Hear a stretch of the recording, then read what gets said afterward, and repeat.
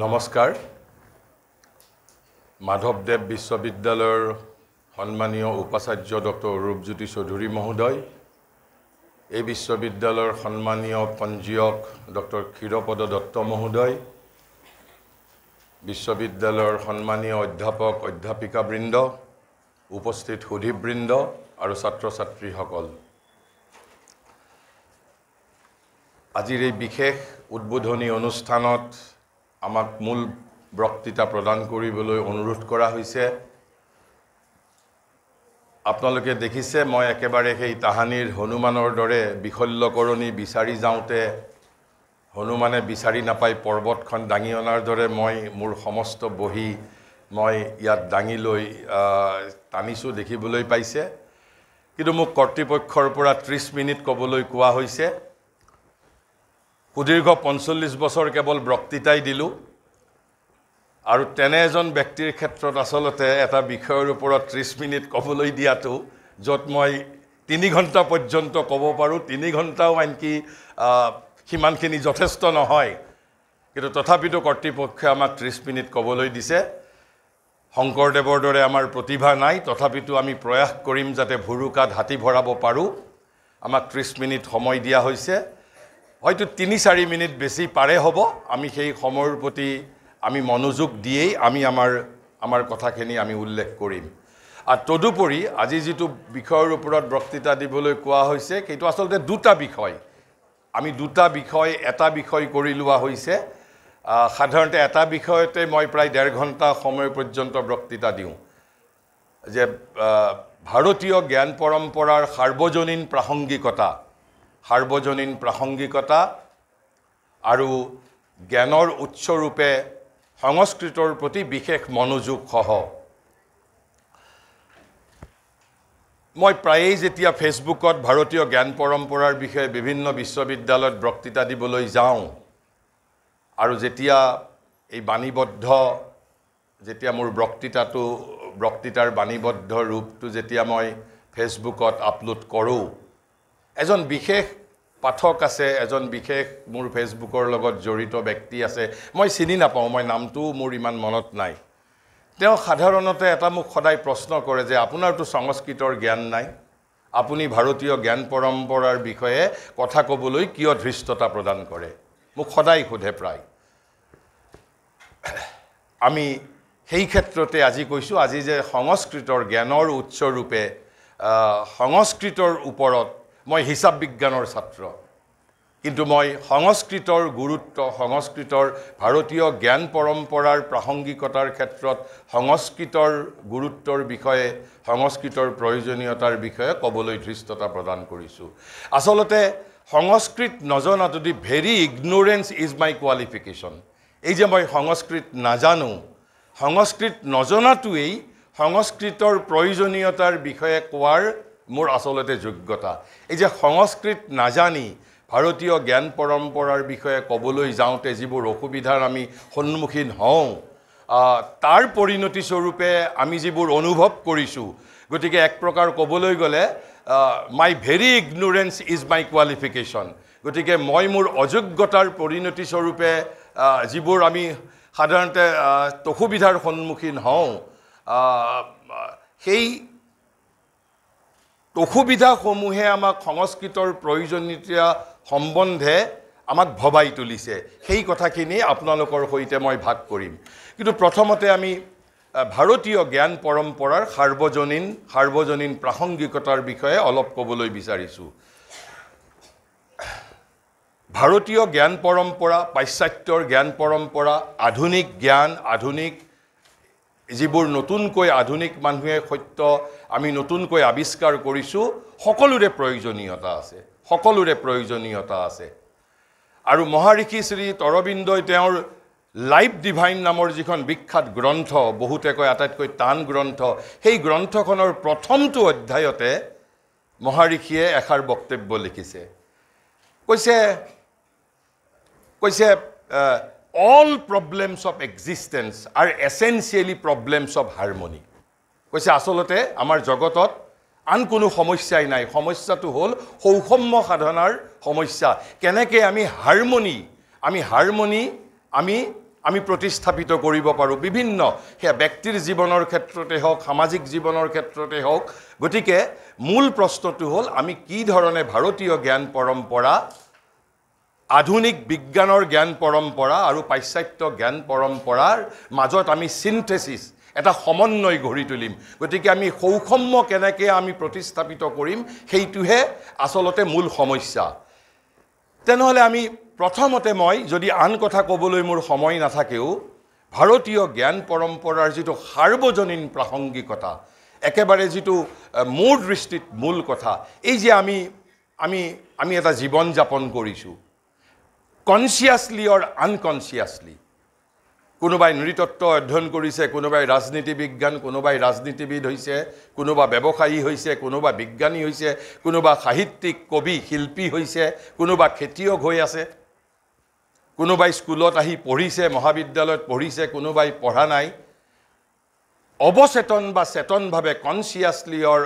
আনকনচিয়াছলি মহৰ্ষি শ্ৰী অৰবিন্দই কৈছে মানৱ জাতিৰ তিনিটা শাশ্বত অন্বেষণ আছে কৈছে তেওঁ কৈছে থ্ৰী কণ্টিনিউৱেল কুৱেষ্ট মানুহে তিনিটা বস্তুৰ আমি সন্ধান কৰিছোঁ আইদাৰ কনচিয়াছলি অৰ আনকনচিয়াছলি জানি বা নাজানি সেই তিনিটা বস্তু কি প্ৰথমটো কৈছে এ গোল অফ লাইফ আমাক এটা জীৱনৰ লক্ষ্য লাগে দ্বিতীয়তে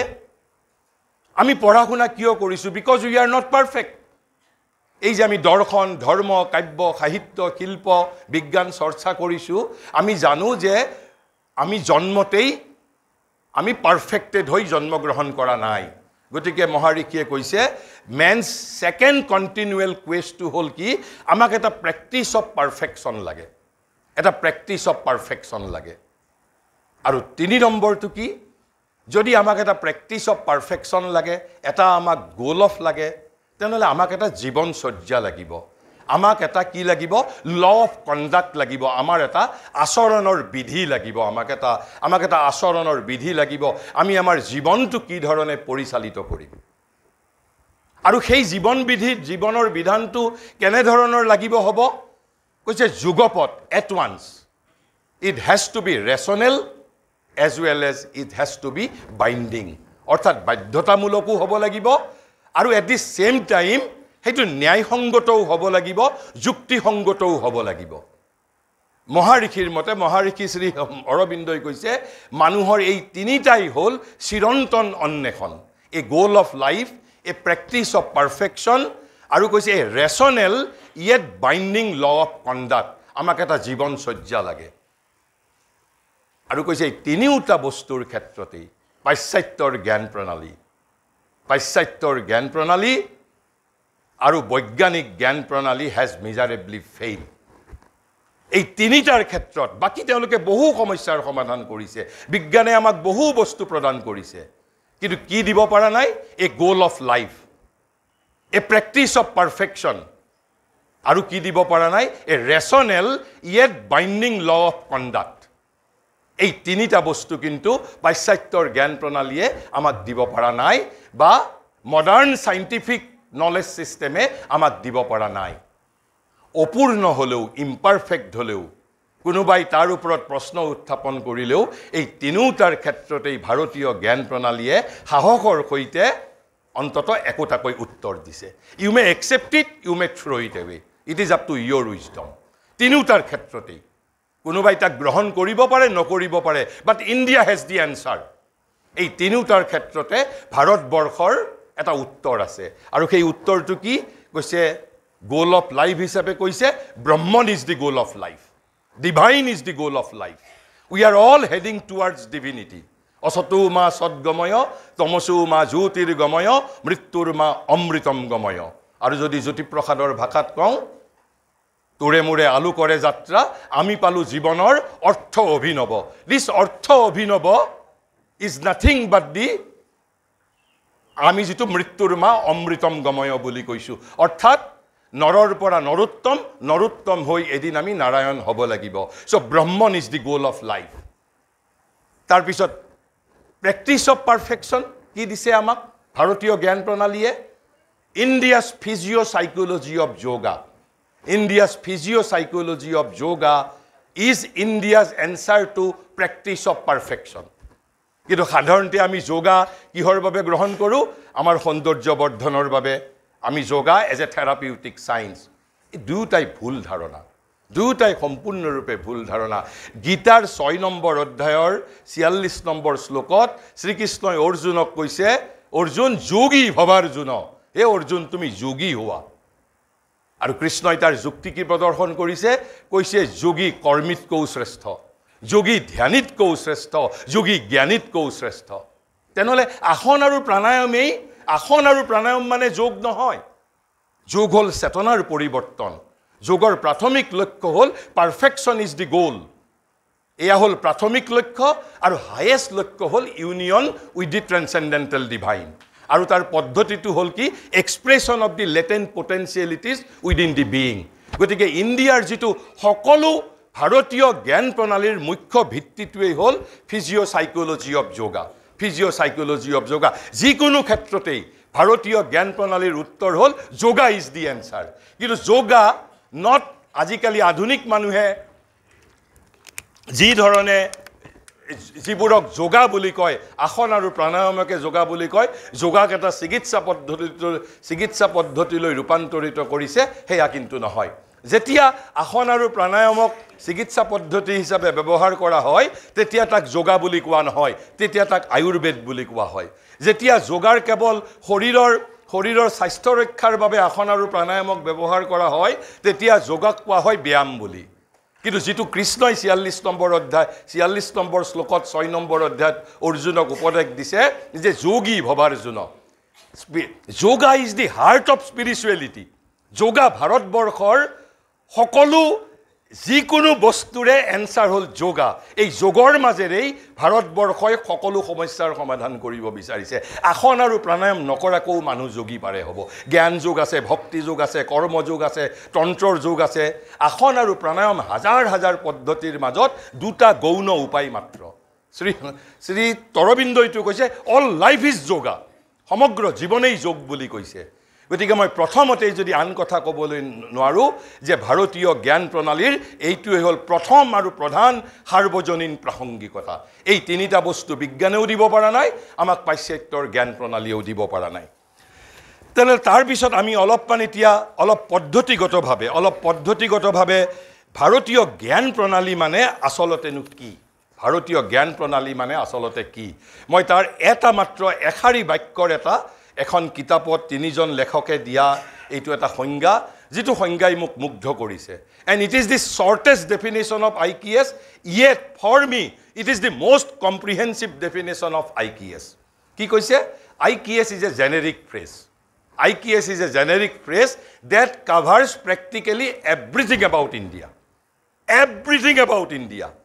everything বুলি কওঁতে everything time wise region wise language wise culture wise polity wise it covers practically everything about India তেনেহলে প্ৰশ্ন হ'ল everything about India তেনেহলে আমি সেই দৃষ্টিৰে মই কৈছো এইবোৰ মই কেৱল মাত্ৰ যে হিন কিছু দি যাম মই এইবোৰ বেছি ব্যাখ্যা কৰিবৰ বাবে মোৰ হাতত সময় নহব তেনেহলে আমি এই আকৌ প্ৰাসংগিকতাৰ ক্ষেত্ৰত আহিছো মইতো প্ৰথমতে মূল প্ৰাসংগিকতাটো কলো মই শ্ৰী অৰবিন্দ আৰু তেওঁৰ আধ্যাত্ম পথৰ সহযোগিনী শ্ৰী মা আৰু একেবাৰে শেষত পাৰিলে বিবেকানন্দৰ এটা মই উদ্ধৃতিৰ দ্বাৰাই ভাৰতীয় জ্ঞান প্ৰণালীৰ সাৰ্বজনীন প্ৰাসংগিকতাৰ বিষয়ে এটা ধাৰণা দিবলৈ যত্ন কৰিছো শ্ৰী অৰবিন্দই তেওঁৰ ভাৰতীয় সংস্কৃতি বিষয়ক যিখন মেগনাম ওপাছ তাৰে একেবাৰে শেষ অধ্যায়ৰ অন্তিমটো অনুচ্ছেদত তেওঁ লিখিছে কৈছে India of the ages is not dead কৈছে যুগান্তৰৰ ভাৰতবৰ্ষ এতিয়াও মৃত নহয় কিয় মৃত নহয় কৈছে nor has she spoken her last creative word কিয় মৃত নহয় যুগান্তৰৰ ভাৰত কিয় সৃজনশীল শক্তিৰ অন্তিম বাণী এতিয়াও অভিব্যক্ত কৰা নাই অৰ্থাৎ বেদ উপনিষদ গীতা পুৰাণ তন্ত্ৰৰ মাজতেই ব্ৰহ্মসূত্ৰৰ মাজতেই ভাৰত যুগান্তৰৰ ভাৰতবৰ্ষৰ জ্ঞান নিষ্কেষিত হৈ যোৱা নাই এতিয়াও আমাৰ কৰিবলগীয়া কাম আছে কাৰ বাবে শ্ৰী অৰবিন্দই কৈছে she lives and has something to do for herself and the human people সমগ্ৰ মানৱ জাতিৰ বাবে আমাৰ এতিয়াও কৰিবলগীয়া কাম আছে আৰু আমাৰ নিজৰ বাবেও কৰিবলগীয়া কাম আছে আৰু সমগ্ৰ মানৱ জাতিৰ বাবেও কৰিবলগীয়া কাম আছে তেনেহলে যেতিয়া আমি সমগ্ৰ মানৱ জাতিৰ বাবে কৰিবলগীয়া কাম বুলি যেতিয়া আমি কওঁ তেতিয়া আমি কি কথা আমি বুজো তেতিয়া আমি কি কথা বুজো মই একেবাৰে আজি যিমান পাৰো মই সংক্ষিপ্তভাৱে ক'বলৈ যত্ন কৰিছো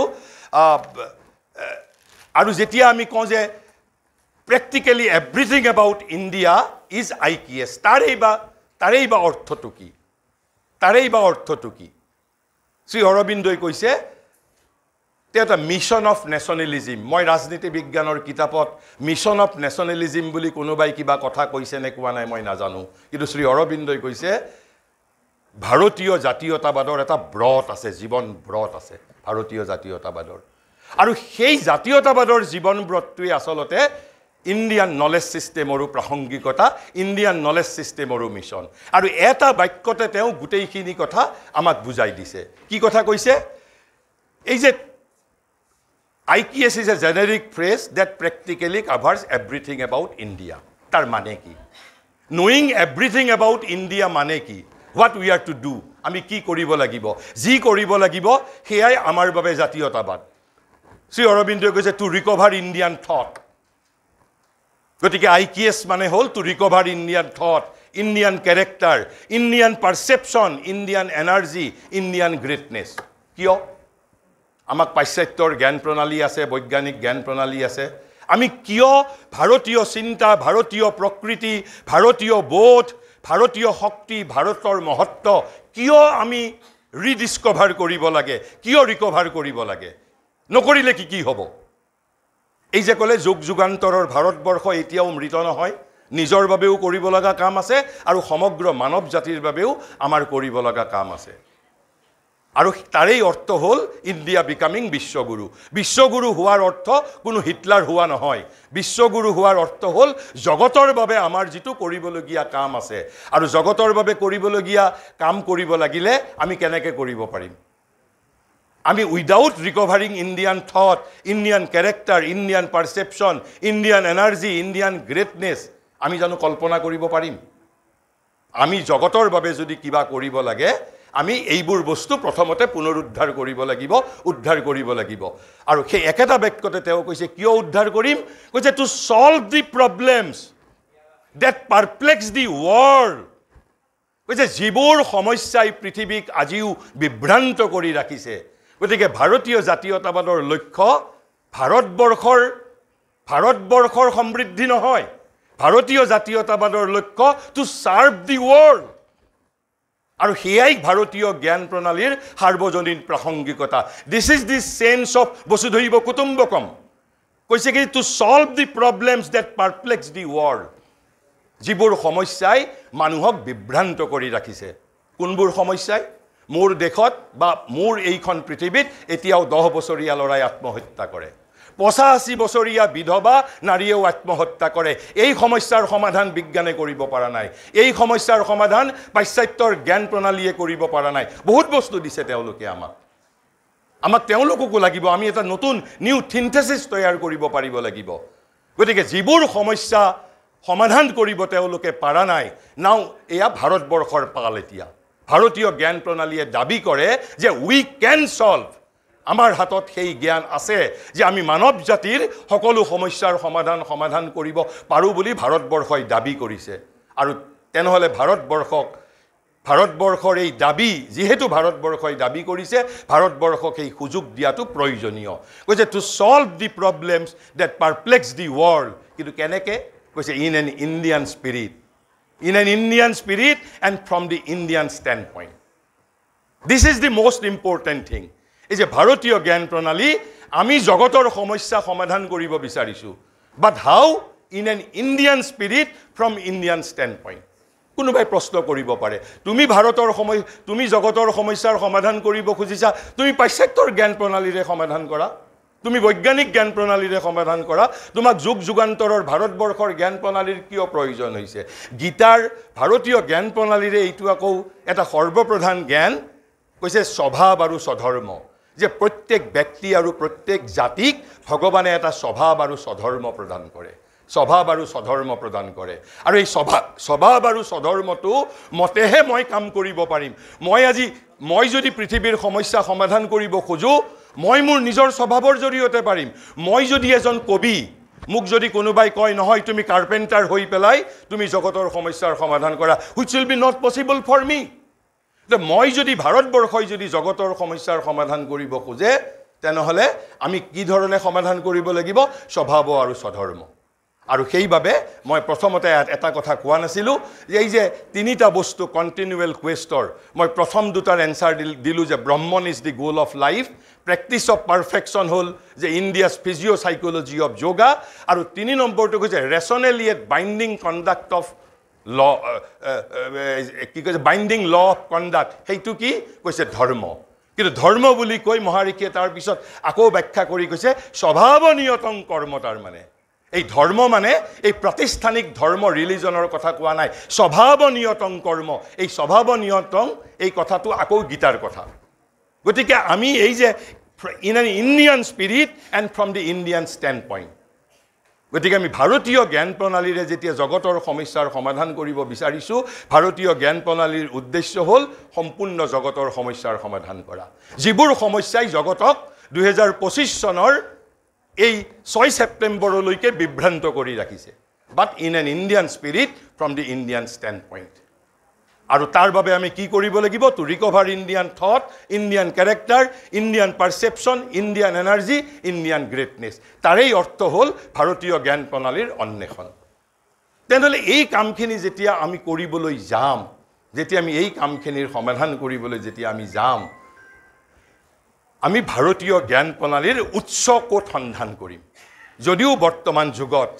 অনুবাদৰ এটা ব্যাপক সমৃদ্ধি হৈছে এটা ব্যাপক অনুবাদ এটা ব্যাপক সমৃদ্ধি হৈছে কিন্তু তথাপিতো আমি যদি ইয়াৰ জ্ঞানৰ উৎসলৈ যদি যাবলৈ বিচাৰো কাৰণ আমাৰ ভাৰতবৰ্ষৰ প্ৰায় এক প্ৰকাৰ ক'বলৈ গ'লে দ্বাদশ শতাব্দী আৰু ত্ৰয়োদশ শতাব্দী পৰ্যন্ত আমাৰ যিটো সাংস্কৃতিক অভিব্যক্তিৰ মাধ্যম আছিল কেৱল মাত্ৰ সংস্কৃত আমাৰ জ্ঞান অন্বেষণ সাধনা শিক্ষা দীক্ষা সংস্কৃতিৰ ভাৰতবৰ্ষৰ একমাত্ৰ ভাষা আছিল দ্বাদশ শতিকা ত্ৰয়োদশ শতিকা পৰ্যন্ত যদিও সেই সময়তো ভাৰতবৰ্ষত কিছুমান কথিত ভাষা আছিল সেই কথিত ভাষাসমূহে প্ৰায় ধ্ৰুপদী যুগৰ শেষৰ ফালে সংস্কৃত সাহিত্যৰ শেষৰ ফালে ধ্ৰুপদী যুগৰ শেষৰ ফালে সেইবোৰ সাহিত্যিক ভাষালৈ ৰূপান্তৰিত হৈছে তে বিগত 1000 বছৰত আমি আমাৰ প্ৰাদেশিক ভাষাবোৰতো আমি জ্ঞান তত্ত্বৰ বহু আমি সমল লাভ কৰিব পাৰিম অৰ্থাৎ দ্বাদশ শতাব্দী মানৰ পিছৰ পৰা অৰ্থাৎ সংস্কৃত সাহিত্যৰ ধ্ৰুপদী যুগৰ আমি শেষ পৰ্যায়ৰ ফালৰ পৰা আমি ভাৰতীয় আন প্ৰাদেশিক ভাষাৰ মাজতো জ্ঞানৰ উৎস বিচাৰি পাম কিন্তু 1200 শতিকা মান পৰ্যন্ত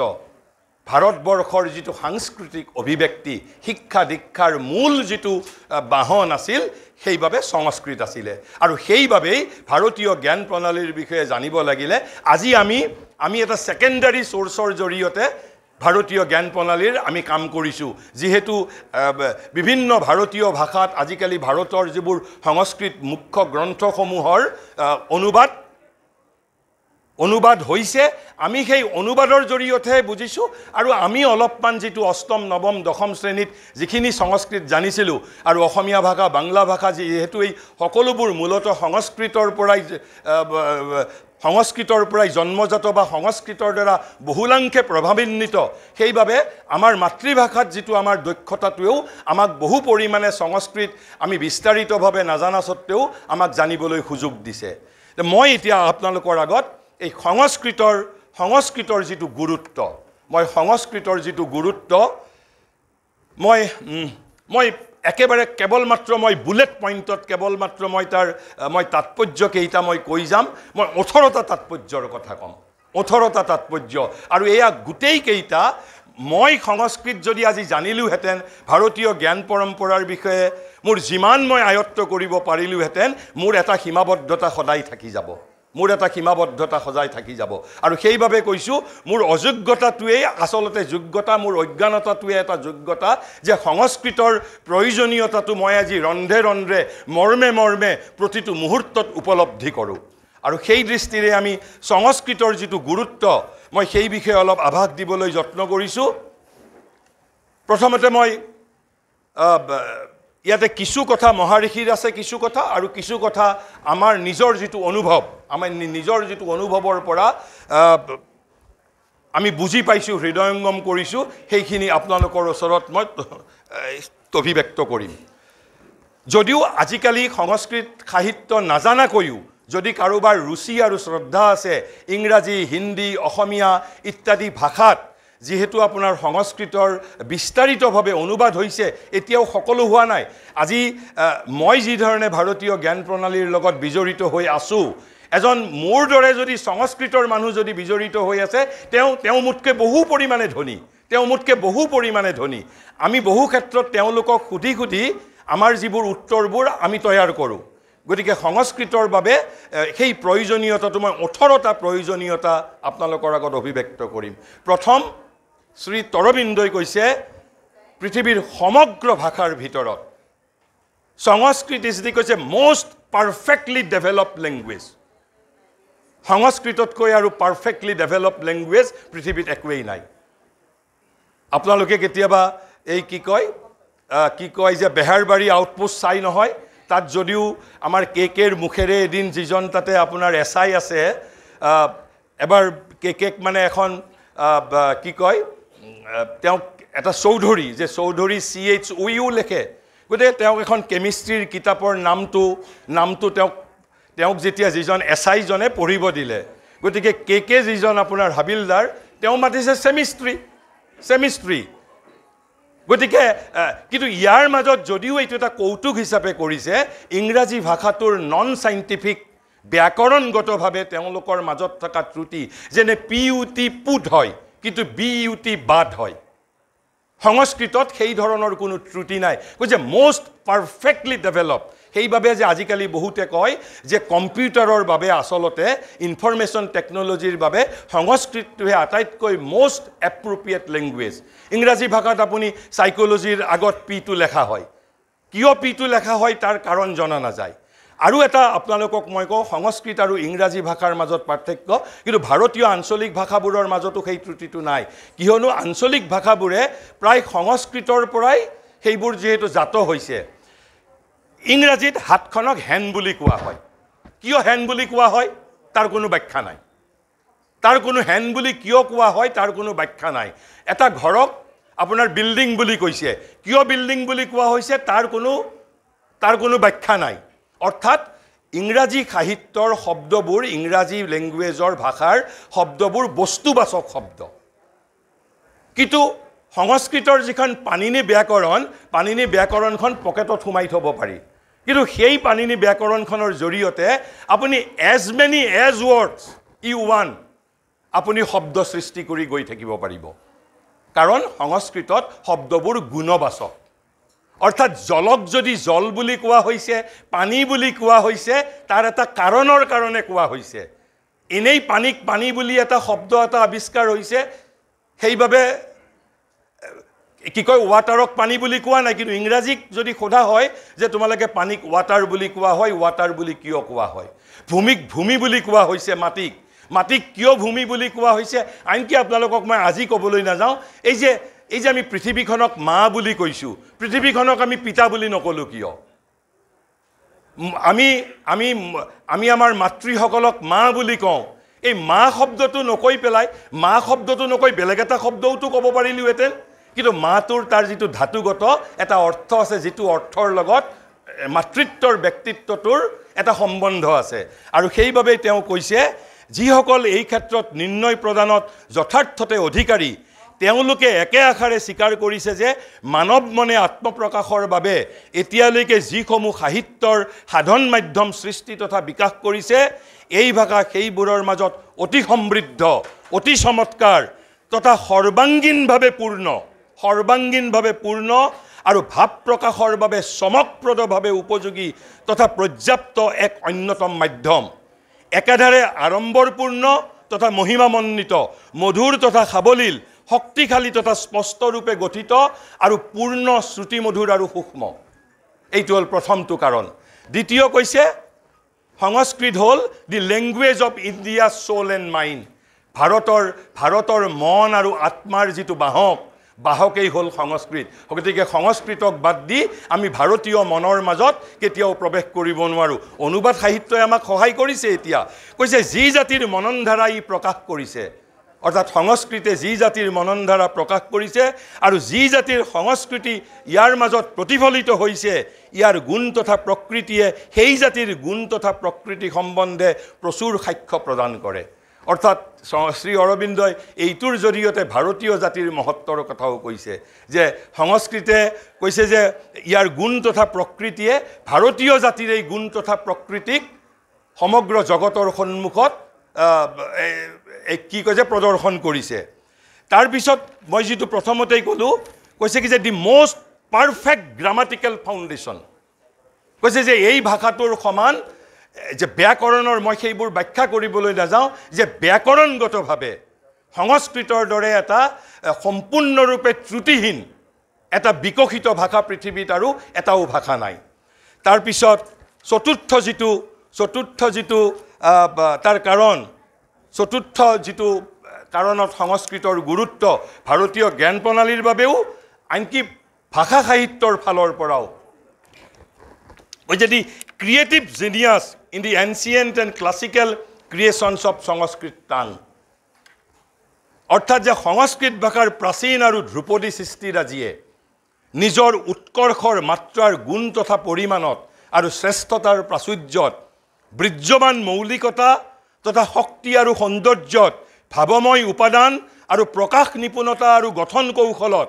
কথাৰ মহত্ব যুক্তিযুক্ততা আৰু মাধুৰ্যত প্ৰকৃতি অথবা আত্মভাৱৰ পৰম উচ্চতা আৰু বিশাল বিস্তাৰত অতি স্পষ্টৰূপে জগতৰ প্ৰধান আৰু মহৎ সাহিত্যৰাজিৰ মাজত প্ৰথম শাৰীত আসন পাইছে আজি আপোনালোকে ইয়াত যদি মেনেজমেণ্টৰ ছাত্ৰ ছাত্ৰী আছে মই প্ৰত্যাহ্বানৰ সৈতে কৈছো হাৰ্ভাৰ্ড বিশ্ববিদ্যালয়ৰ পৰা প্ৰকাশিত মেনেজমেণ্টৰ কিতাপ বা কেম্ব্ৰিজ বিশ্ববিদ্যালয়ৰ পৰা প্ৰকাশিত মেনেজমেণ্ট কিতাপ আপোনালোকে আন নালাগে ভৰ্তৃহৰিৰ নীতি শতকমৰ 63 নম্বৰ শ্লোকত তেওঁ মহৎ লোকৰ 6টা গুণৰ কথা কৈছে সেই 6টা গুণে আসলতে নেতৃত্বৰ গুণ 6 কোৱালিটিজ অফ লিডাৰশ্বিপ আৰু সেইবোৰকেই হাৰ্ভাৰ্ড বিশ্ববিদ্যালয় কেম্ব্ৰিজৰ পৰা তাত আৰু আমাৰ পৰা কিমান বস্তু চুৰ কৰি লৈ গৈ তেওঁলোকে নিজৰ মৌলিক হিচাপে আপোনালোকে আজি গৈ যেটো নীতি শ্লোক বুলি আছে যে ভৰ্তৃহৰিৰ নীতি শ্লোকৰ 63 নম্বৰ শ্লোক মই এটা উদাহৰণ হিচাপে কৈছো আজি জাৰ্মানত আমাৰ ভাৰতবৰ্ষত সংস্কৃতৰ প্ৰতি সচেতনতা যিমান জাৰ্মানত তাতকৈ শতগুণে বেছি কিয় আৰু সংস্কৃত আজি যদি আমি অসমীয়া ভাষা বাংলা ভাষা মাৰাঠী ভাষা যদি অহা 100 বছৰলৈ কোনো চৰ্চা নকৰে হয়তো মৃত হৈ যাব পাৰে কিন্তু সংস্কৃত কেতিয়াও পৃথিৱীৰ পৰা মৃত হৈ নাযায় তাৰ কাৰণ কি তাৰ ভিতৰত যিটো ৰত্ন ভাণ্ডাৰ আছে সৰ্বোচ্চ পৰিমাণে যিটো ৰত্ন ভাণ্ডাৰ আছে সেই ৰত্ন ভাণ্ডাৰৰ বাৰম্বাৰ অন্বেষণৰ বাবেই পৃথিৱীৰ যিসকল মননশীল ব্যক্তি আছে তেওঁলোকে সংস্কৃতক মৰিবলৈ নিদিব কেতিয়াও যদি ভাৰতীয় জাতিয়েও যদি ৰিজেক্ট কৰে জাৰ্মানসকলে বা পাশ্চাত্যৰ যিসকল ফৰৱাৰ্ড লুকিং মানুহ তেওঁলোকে জিয়াই ৰাখিব আৰু সেইবাবে কৈছে যে the creative genius in the ancient and classical creations of Sanskrit tongue এইটো হ'ল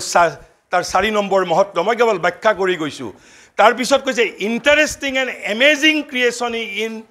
ইন সংস্কৃত কিছুমান মই সেইবোৰ ব্যাখ্যা কৰিবলৈ নাযাওঁ সাধাৰণভাৱে কবিতা সাহিত্য বা আখ্যান মহাকাব্যৰ উপৰি কিছুমান তাত কি আছে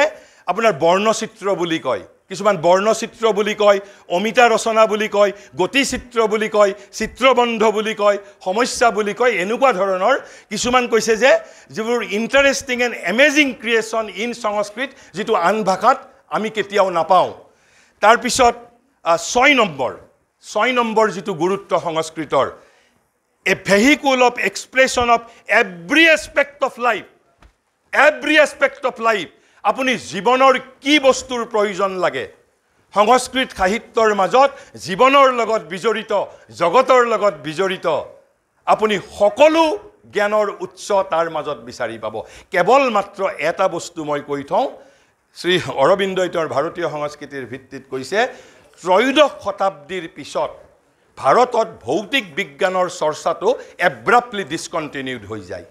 সেইটোৱেই বৰ্তমান যিসকল বিজ্ঞানৰ লগত জড়িত মানুহ তেওঁলোকে সেইটো অন্বেষণ কৰিব পাৰে তেওঁলোকে গৱেষণা কৰিব পাৰে ত্ৰয়োদশ শতাব্দীৰ পিছত কিন্তু ত্ৰয়োদশ শতাব্দীৰ আগলৈকে অৰ্থাৎ আধুনিক যন্ত্ৰ আধুনিক প্ৰযুক্তি কলা কৌশল ইত্যাদিৰ আৱিষ্কাৰ হোৱাৰ আগলৈকে ভাৰতবৰ্ষৰ আনকি ভৌতিক বিজ্ঞানৰ যিটো চৰ্চা অভূতপূৰ্ব যদি গণিত শাস্ত্ৰত দশমিক পদ্ধতি আৰু শূন্যৰ আৱিষ্কাৰ আনকি সংস্কৃতত এষাৰ বাক্য আছে চলাহ পৃথিৱী স্থিৰা ভাতি অৰ্থাৎ গেলিলিওৱে কোৱাৰ বহু শতিকা পূৰ্বেই ভাৰতবৰ্ষে কৈছে যে আমি পৃথিৱীখনক স্থিৰ যেন দেখা পাওঁ কিন্তু পৃথিৱী আচলতে কি কয় পৃথিৱী আচলতে গতিশীল স্থিৰা ভাতি স্থিৰ যেন কেৱল মাত্ৰ দেখে কিন্তু গেলিলিওৱেটো কৈছে আজি 6-7-8 দশক পূৰ্বে মাত্ৰ আৰু তাৰ পিছত ভাৰতৰ কসমোলজি জগত উৎপত্তি তত্ত্ব কিন্তু ত্ৰয়োদশ শতাব্দীৰ পিছত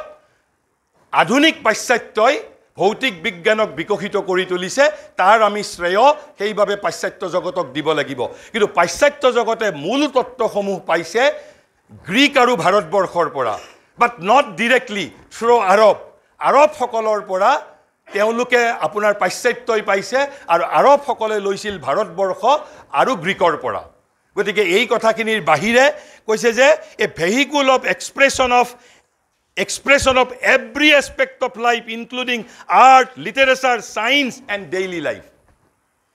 কি বস্তু আনকি ঘোড়া কেনেকৈ প্ৰতিপালন কৰিব লাগে হাতী কেনেকৈ প্ৰতিপালন কৰিব লাগে শৃংগাৰ ৰসৰ বিষয়ে 64 কলাৰ বিষয়ে কিতাপ সংস্কৃতত আছে জীৱনৰ লগত বিজড়িত এটা বিষয়কো সংস্কৃতে বাদ দিয়া নাই এটা বিষয়কো বাদ দিয়া নাই শিক্ষা বিজ্ঞানৰ পৰা আৰম্ভ কৰি নৃতত্বৰ পৰা শিল্পৰ পৰা বিজ্ঞানৰ পৰা ভূগোলৰ পৰা কোনো বস্তুকেই বাদ দিয়া নাই তাৰ পিছত 7 নম্বৰ কৈছে দি beauty and charm of Sanskrit literature আৰু বিশেষকৈ পোয়েট্ৰি বিশেষকৈ কাব্য সাহিত্যৰ ক্ষেত্ৰত কৈছে দি beauty and charm of Sanskrit literature সেই ফালৰ পৰা সংস্কৃত ভাষাৰ গুৰুত্ব 8 নম্বৰ গুৰুত্ব কৈছে the vast and astonishing fund of integral knowledge কেৱল মাত্ৰ আমি সংস্কৃত সাহিত্যৰ মাজতেই সংস্কৃত গ্ৰন্থৰ মাজতেই ইণ্টিগ্ৰেল নলেজ অখণ্ড জ্ঞানৰ অৰ্থ কি আকৌ আমি বৰ্তমান যিটো বিশ্বত যদিও সাৰ্বজনীন জ্ঞান প্ৰণালী এইটো ওৱান সাইডেড জ্ঞান প্ৰণালী কিয় ওৱান সাইডেড জ্ঞান প্ৰণালী we are concern only about world knowledge কিন্তু অখণ্ড জ্ঞান প্ৰণালী বুলি কওঁতে ভাৰতবৰ্ষই 3টা উপাদান তাৰ মাজত আছিল কি আছিল self knowledge knowledge about the world and knowledge about the ultimate reality এই 3টা বস্তুৱেই ভাৰতীয় জ্ঞান প্ৰণালীৰ অংগ আছিল knowledge about the self knowledge about the ultimate reality and knowledge about the world knowledge কিন্তু বৰ্তমানৰ যেটো আধুনিক জ্ঞান প্ৰণালী হেতু কেৱল মাত্ৰ 3টাৰ ভিতৰত এটা knowledge of the world অৰ্থাৎ political science economics anthropology physics chemistry mathematics biology কিন্তু অতীত ভাৰতবৰ্ষত যুগান্তৰৰ ভাৰতবৰ্ষত that was one of the threes আৰু সেইভাবে কোৱা হৈছে the vast and astonishing fund of integral knowledge ক'ত পোৱা যাব কেৱল মাত্ৰ সংস্কৃতৰ ভিতৰত পোৱা যায় তাৰ পিছত 9 number Sanskrit a language that helps in methodized organization of life এই যে গোল অফ লাইফ বুলি কোৱা হল মেথডাইজ অৰ্গানাইজেশ্যন অফ লাইফ জীৱনটোক মই কি ধৰণে পৰিকল্পিতভাৱে আগবঢ়াই লৈ যাব পাৰিম তাৰ একমাত্ৰ উৎস তাৰ একমাত্ৰ জ্ঞান সংস্কৃত ভাষাৰ মাজত যিমান পোৱা যাব পৃথিৱীৰ আন ভাষাৰ মাজত সিমান ব্যাপক ৰূপত পোৱা নাযায় তাৰ পিছত 10 number a language that helps in the manifestation of powers and potentialities latent within the being মোৰ ভিতৰত যিবোৰ শক্তি আছে আজিকালিতো এআইৰ যুগ কিন্তু ভাৰতবৰ্ষই তেতিয়া এআই গুৰুত্ব দিয়া নাছিল মানুহৰ নিজৰ অন্তৰ্নিহিত শক্তিৰ ওপৰত গুৰুত্ব দিছিল আৰু ভাৰতবৰ্ষই কয় যে চন্দ্ৰ আৰু সূৰ্যত যি বস্তু আছে যি শক্তিয়ে বিচৰণ কৰে একেই শক্তি মানুহৰ ভিতৰতো হেনু বিচৰণ কৰে the same power moves in human being also ভাৰতবৰ্ষই দাবী কৰিছে আৰু সেইভাবে কোৱা হয় এটা কোৱা হয় ম্যাক্ৰোকজম আৰু এটা কোৱা হয় মাইক্ৰোকজম মানে ক্ষুদ্ৰ ব্ৰহ্মাণ্ড আমি ব্যক্তি হলো ক্ষুদ্ৰ ব্ৰহ্মাণ্ড আৰু সম্পূৰ্ণ জগত হল ব্ৰহ্মাণ্ড আমি হলো ক্ষুদ্ৰ ব্ৰহ্মাণ্ড ব্যক্তিৰ জীৱনটো এইয়াইত কৈও অনন্ত গুণে বেছি শক্তি মোৰ ভিতৰত আছে কিন্তু তাক মই অভিব্যক্ত কিদৰে কৰিম তাৰ যিটো নোহাও কেৱল মাত্ৰ সংস্কৃতৰ ভিতৰত আছে মই এটা উদাহৰণ দিছোঁ ভাৰতবৰ্ষত এটা জ্ঞান প্ৰণালী আছিল অৱধানম প্ৰক্ৰিয়া বুলি কয় অৱধানম মানে কি মাল্টিপল কনচেন্ট্ৰেশ্যনৰ প্ৰেক্টিছ মাল্টিপল কনচেন্ট্ৰেশ্যন আজিকালিতো আমি 20 মিনিট ভাষণেই শুনিব নোৱাৰোঁ কিন্তু ভাৰতবৰ্ষত এটা সময়ত এজন মানুহ একেলগে 8টা কাম কৰিছিল হয়তো তেওঁ কবিতাও লিখি আছে কোনোবা ছাত্ৰক পঢ়ুৱাইও আছে আকৌ বেলে একেলগে 8-10টা কাম কৰিব পাৰে মাল্টিপল কনচেন্ট্ৰেশ্যন অৱধানম প্ৰক্ৰিয়া বুলি কোৱা হয় মোৰ তাতেই 4খন কিতাপ আছে এতিয়া বাৰু সৌভাগ্য যে সেই কিতাপবোৰ আমি পঢ়িম ইংৰাজী বা হিন্দীৰ জৰিয়তে কিন্তু মূল সংস্কৃতখন মই অন্তত পঢ়িব নোৱাৰিম এতিয়া কিন্তু এবাৰ অনুবাদ কৰি দিয়াৰ পিছত আমাৰ যেটো সংস্কৃতৰ প্ৰাথমিক জ্ঞান আছে বুলি আমি মূলখন পঢ়িবৰ বাবেও অলপ ধৃষ্টতা কৰিব পাৰো গতিকে মোৰ ভিতৰত থকা অনন্ত শক্তিক যদি অভিব্যক্ত কৰিব খোজো সংস্কৃতৰ ওচৰলৈ যোৱাৰ বাহিৰে আমাৰ আন কোনো গত্যন্তৰ নাই তাৰ পিছত কৈছে 11 number Sanskrit a language that helps in manifestation of inner perfection মই এইটো প্ৰথমতেই কলো যে তিনিটা যেটো man's continual quest a goal of life a practice of perfection সংস্কৃতৰ ভিতৰত যিমান আছে সংস্কৃত সাহিত্যৰ মাজত মানুহৰ জীৱনৰ পূৰ্ণতা সাধনৰ বাবে সেই জ্ঞানৰ ভাণ্ডাৰ আমি আৰু পৃথিৱীৰ আন কোনো ভাষাৰ মাজত বিচাৰি নাপাওঁ তাৰপিছত 12 নম্বৰ কৈছে a language of upliftment and enlightenment কিয় a repository of wisdom and values almost যেটো প্ৰথমটোৰ লগত প্ৰায় একে ধৰণৰ it is also related to perfection গতিকে Sanskrit a language of upliftment and enlightenment a language of upliftment and enlightenment কিয় because Sanskrit is a repository of wisdom and values কিন্তু ইয়াৰ মাজত আনকি আজিকালিতো নতুনকৈ বহুতে চেষ্টা কৰিছে থ্ৰু সংস্কৃতৰ যেটো উচ্চাৰণৰ দ্বাৰা আনকি মানুহৰ ভৌতিক ৰোগ নিৰাময় হয় কেৱল মাত্ৰ উচ্চাৰণৰ দ্বাৰা সংস্কৃত ভাষাৰ যিবোৰ উচ্চাৰণৰ দ্বাৰা তাৰো প্ৰয়াস এতিয়া চলি আছে তাৰ পিছত 13 number Sanskrit a sacred medium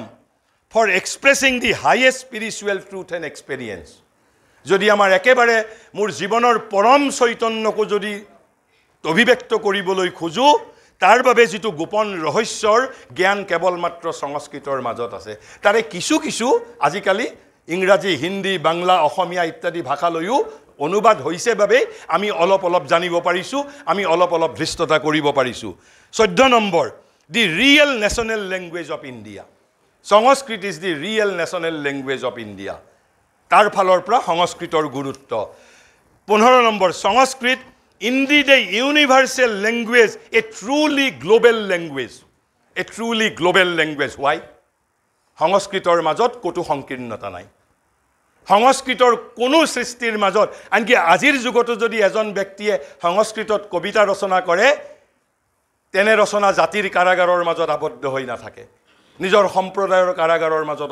আবদ্ধ হৈ নাথাকে এয়া সংস্কৃত ভাষাৰ বিশিষ্ট বৈশিষ্ট্য যেটো ইউনিভাৰ্সেল ৰিলেভেন্স যে সংস্কৃতৰ চৰ্চা কৰাৰ লগে লগে you are bound to be universal কাৰণ সংস্কৃত সাহিত্যৰ মাজত আপুনি কতো সংকীৰ্ণতাৰ আপুনি কোনো ধৰণৰ সন্ধানেই নাপায় আপুনি আৰু সেইভাবে কোৱা হৈছে Sanskrit indeed a universal language a truly global language 15-16 number Sanskrit and classical languages and modern Indian language আটাইতকৈ ডাঙৰ গুৰুত্বৰ কথা যদিও এইটো ঠিক জ্ঞান প্ৰণালীৰ লগত বিজড়িত নহলেও সাহিত্যৰ ফালৰ পৰা জাতীয়তাবাদৰ ফালৰ পৰা বৰ্তমান সময়ত আধুনিক ভাৰতীয় ভাষাসমূহ যেটো তীব্ৰ প্ৰত্যাহ্বানৰ সন্মুখীন হৈছে সংস্কৃত আৰু আধুনিক ভাৰতীয় ভাষা ইটো আনটোৰ পৰিপূৰক সংস্কৃত যদি জীয়াই থাকে তেনেহলে আধুনিক ভাৰতীয় ভাষাসমূহ জীয়াই থাকিব আৰু আধুনিক ভাৰতীয় ভাষাসমূহ যদি জীয়াই থাকে তেতিয়াহে সংস্কৃত জীয়াই থাকিব কাৰণ আধুনিক ভাৰতীয় ভাষাসমূহৰ লগত সংস্কৃতৰ প্ৰত্যক্ষ সম্বন্ধ আছে কাৰণ আধুনিক ভাৰতীয় ভাষায়ো সংস্কৃত ব্যাকৰণৰ সাহায্য নলোৱাকৈ জীয়াই থাকিব নোৱাৰে আকৌ ভাষাৰ ব্যৱহাৰিক যেটো আমাৰ এক্সপ্ৰেছন সেই দৃষ্টিকোণৰ ফালৰ পৰাই সংস্কৃত in the absence of modern Indian language likely to হয়তো অস্তিত্ব নাথাকিবও পাৰে তেতিয়া সংস্কৃতৰ অন্তত ভাৰতবৰ্ষত ইটোৱে সিটোৰ বাবে পৰিপূৰক হিচাপে কাম কৰে তাৰপিছত কৈছে ওৱান কেন হেল্প দি আদাৰ সংস্কৃতে যেনেকৈ ভাৰতীয় ভাষাসমূহক সহায় কৰিব পাৰে ভাৰতীয় ভাষাসমূহ জীয়াই থাকিলে স্বয়ংক্ৰিয়ভাৱে সংস্কৃতো জীয়াই থাকিব 17 number Sanskrit our living link to our past Sanskrit যদি নোহোৱা হৈ যায় আমাৰ যিটো অতীতৰ সৈতে জীৱন্ত সম্বন্ধ সেই সম্বন্ধৰ পৰাও আমি বিচ্যুত হৈ যাম দি লেংগুৱেজ ডেট কেন লিড আছ টুৱাৰ্ডছ ডেজলিং ফিউচাৰ অকল কেৱল অতীতেই নহয় আমাক ভৱিষ্যতৰ সমুজ্জ্বল ভৱিষ্যতৰ দিশে যদি লৈ যাব পাৰে একমাত্ৰ সংস্কৃতে লৈ যাব পাৰিব the language that can mediate between our past present and future কেৱল সংস্কৃতেহে আমাৰ অতীত বৰ্তমান আৰু ভৱিষ্যতৰ মাজত হেতু বন্ধন কৰিব পাৰিব সমুজ্জ্বল ভৱিষ্যতৰ ফালে লৈ যাব পাৰিব আৰু আমাৰ সমৃদ্ধ অতীতৰ সৈতে আমাৰ যোগসূত্ৰ স্থাপন কৰিব পাৰে সংস্কৃতৰ বাহিৰে আন ভাৰতীয় ভাষাই নোৱাৰে কাৰণ আন ভাৰতীয় প্ৰাদেশিক ভাষাসমূহ সাহিত্যিক ভাষালৈ ৰূপান্তৰিত হৈছে কেৱল সংস্কৃত সাহিত্যৰ ধ্ৰুপদী যুগৰ শেষৰ ফালে অৰ্থাৎ ত্ৰয়োদশ শতিকা মানৰ ফালৰ পৰাহে সেইবোৰ বিকশিত হৈছে আৰু একেবাৰে শেষত Sanskrit a language that can enrich the philosophy as a whole কৈছে Sanskrit a language that can enrich the philosophy নহয় a language that can enrich the philology as a whole যিটো ফিল'লজি মানে যিটো ভাষা বিজ্ঞান বুলি আমি যিটো কওঁ এজ এ হোল সামগ্ৰিকভাৱে সংস্কৃতে পৃথিৱীৰ সমগ্ৰ ভাষা বিজ্ঞানক সহায় কৰিব পাৰে আৰু যদি ভাৰতৰ বাহিৰে পৃথিৱীৰ কোনোবা দেশে যদি সংস্কৃতৰ মূল্য আটাইতকৈ ভাল ধৰণে এপ্ৰিচিয়েট কৰিব পাৰিছে অকল জাৰ্মানসকলে আজি ভাৰতৰ যিমান বিশ্ববিদ্যালয়ত সংস্কৃত যিমান মনোযোগিতাৰ সৈতে অধ্যয়ন কৰা হয় তাতকৈ কিজানি অধিক বিশ্ববিদ্যালয় জাৰ্মানত সংস্কৃত আৰু যদি এনেদিন আহিলেও মই অন্তত আচৰিত নহম যে অহা 50 বছৰ পিছত বা 100 বছৰ পিছত ভাৰতীয় বিশ্ববিদ্যালয়ত আমি সংস্কৃতৰ বাবে হয়তো জাৰ্মান কোনো ব্যক্তিক সংস্কৃতৰ প্ৰাধ্যাপক হিচাপে নিযুক্তি দিব লগা পৰিস্থিতি হ'ব পাৰে আৰু সেইবাবেই এই যে সংস্কৃত জ্ঞানৰ উৎস হিচাপে ভাৰতীয় জ্ঞান প্ৰণালীৰ সাৰ্বজনীন প্ৰাসংগিকতা মই সীমিত সামৰ্থ্যৰ মাজেৰে আপোনালোকৰ ওচৰত দুই আখৰ ক'লো যদি আমাৰ কথাই আপোনালোকক ভবাই তোলে তেনেহ'লে সেয়াই হ'ব আমাৰ সাৰ্থকতা পুনৰ মাধৱদেৱ বিশ্ববিদ্যালয়লৈ আন্তৰিক ধন্যবাদ কৃতজ্ঞতাৰে মোৰ বক্তব্যৰ সামৰণি মাৰিছোঁ ধন্যবাদ